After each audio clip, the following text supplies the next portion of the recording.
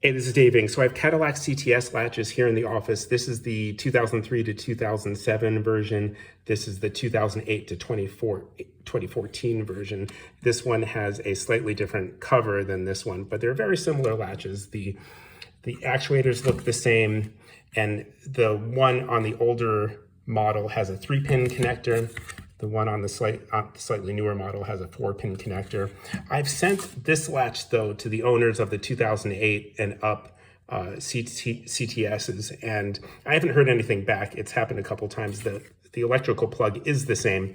I don't know what the 4th pin on the latch serves as. I don't know if that turns on the trunk light or the dash light, or doesn't have a purpose at all. But if you know that, please comment that in the comments and let everybody else know. I appreciate that. I hope that helps.